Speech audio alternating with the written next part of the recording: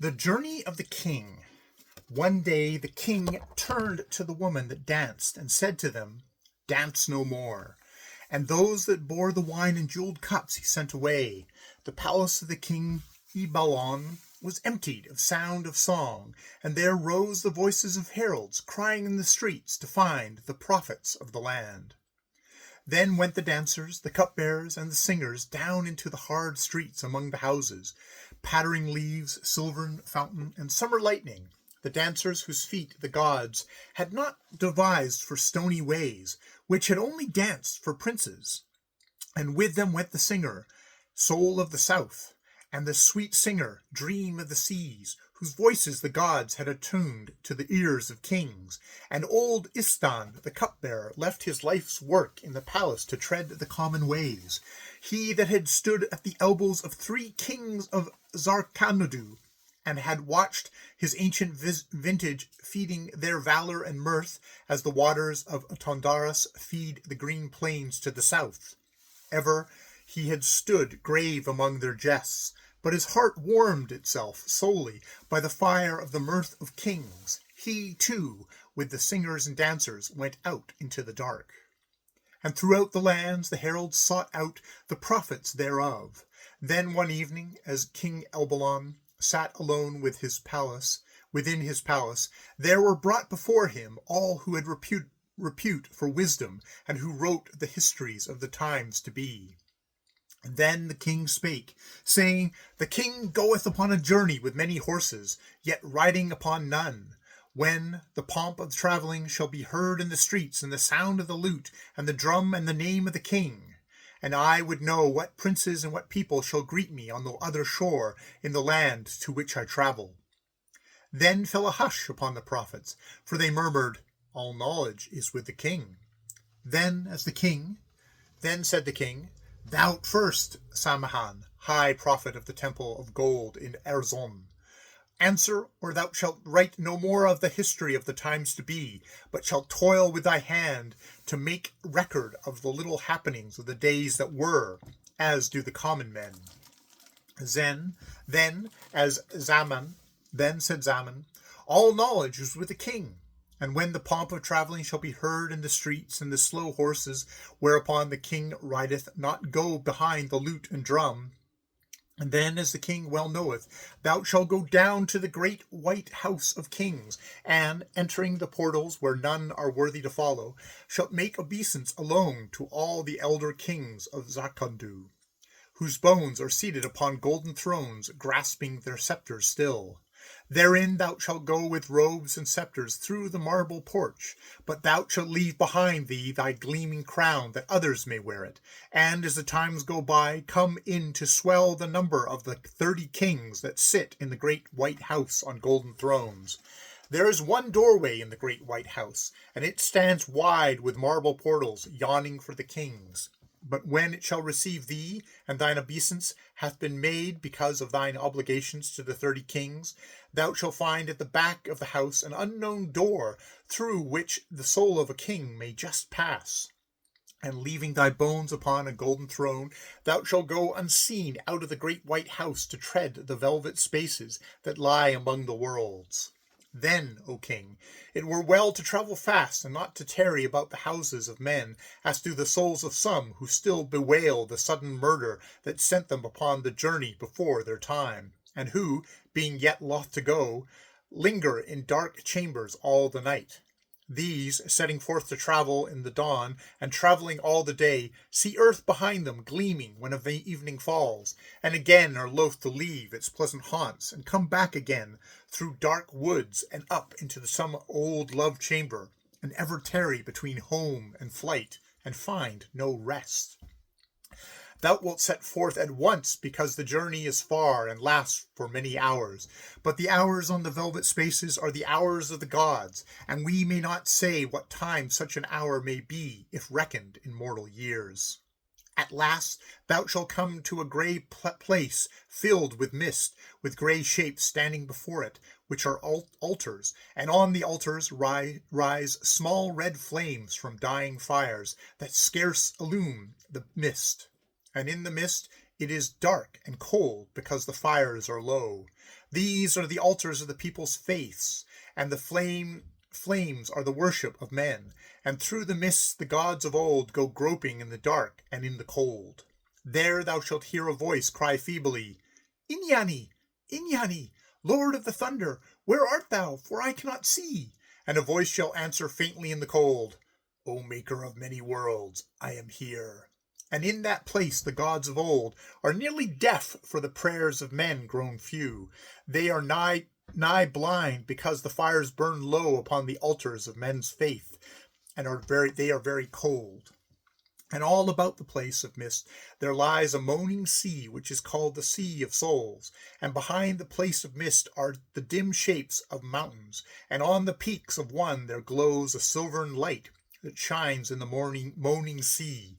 And ever as the flames on the altar die before the gods of old, the light on the mountain increases, and the light shines over the mist, and never through it, as the gods of old grow blind.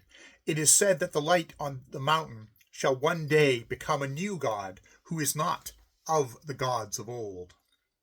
There, O king, thou shalt enter the Sea of Souls by the shore where the altar stand, and which are covered in mist. In the sea are the souls of all that have ever lived on the world, and all that shall ever live, all freed from earth and flesh. And all the souls in the sea are aware of one another, but more than with hearing or sight, or by taste or touch or smell. And they all speak to each other, yet not with lips, with voices which need no sound. And over the sea lies music as wind over an ocean on earth, and there, unfettered by language, great thoughts set outwards through the souls, as on earth the currents go. Once did I dream that in a mist-built ship I sailed upon that sea, and heard the music that is not of instruments, and voices not from lips, and woke and found that I was upon the earth, and that the gods had lied to me in the night. Into this sea, from fields of battle and cities, come down the rivers of lives, and ever the gods have taken onyx cups, and far and wide into the worlds again have flung the souls out of the sea, that each soul may find a prison in the body of a man, with 5 small windows closely barred, and each one shackled with forgetfulness. But all the while the light on the mountain grows, and none may say that what work the gods shall be born of, that silvern light shall work on the Sea of Souls, when the gods of old are dead, and the sea is living still. And answer made the king, Thou that art a prophet of the gods of old, go back and see that those red flames burn more brightly on the altars in the mist. For the gods of old are easy and pleasant gods, and thou canst not say what toil shall vex our souls when the gods of the light on the mountain shall stride along the shore where bleach the huge bones of the gods of old. And Saman answered, All knowledge is with the king. 2. Then the king called to Jrny, bidding him speak concerning the journey of the king. Jrny was the prophet that sat at the eastern gate of the temple of Gorandhu. There Jrny prayed his prayers to all the passers by, lest ever the gods should go abroad, and one should pass him dressed in mortal guise. And men are pleased as they walk by that eastern gate, that Jrny should pray to them for fear that they be gods. So men bring gifts to Jrny in the eastern gate. And Jrny said, All knowledge is with the king. When a strange ship comes to anchor in the air outside thy chamber window, thou shalt leave thy well-kept garden, and it shall become a prey to the nights and days, and be covered again with grass. But going aboard thou shalt set sail over the sea of time, and well shall the ship steer through the many worlds, and still sail on. If other ships shall pass thee on the way, and hail thee, saying, From what port? Thou shalt answer them, From earth. And if they ask thee, Whither bound? Then thou shalt answer, The end. Or thou shalt hail them, saying, From what port? And they shall answer, From the end, also called the beginning, and bound to earth. and thou shalt sail away till, like an old sorrow dimly felt by happy men, the world shall gleam in the distance like one star. And as the star pales, thou shalt come to the shore of space, where eons rolling shoreward from time's sea shall lash up centuries to foam away in years. There lies the center garden of the gods, facing full seawards. All around lie songs that on earth were never sung, fair thoughts not heard among the worlds, dream pictures never seen that drifted over time without a home till at last the eons swept them on to the shore of space.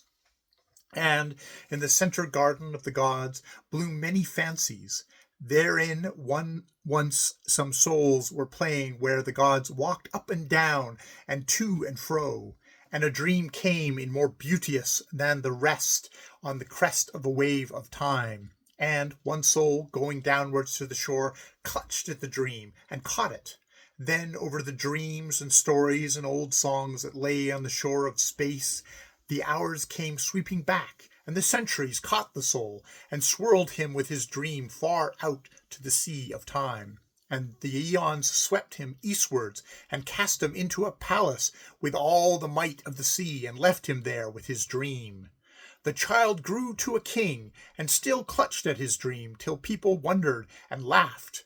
Then, O king, thou didst cast thy dream back into the sea, and time drowned it, and men laughed no more. But thou didst forget that a certain sea beat on a distant shore, and that there was a garden, and therein souls.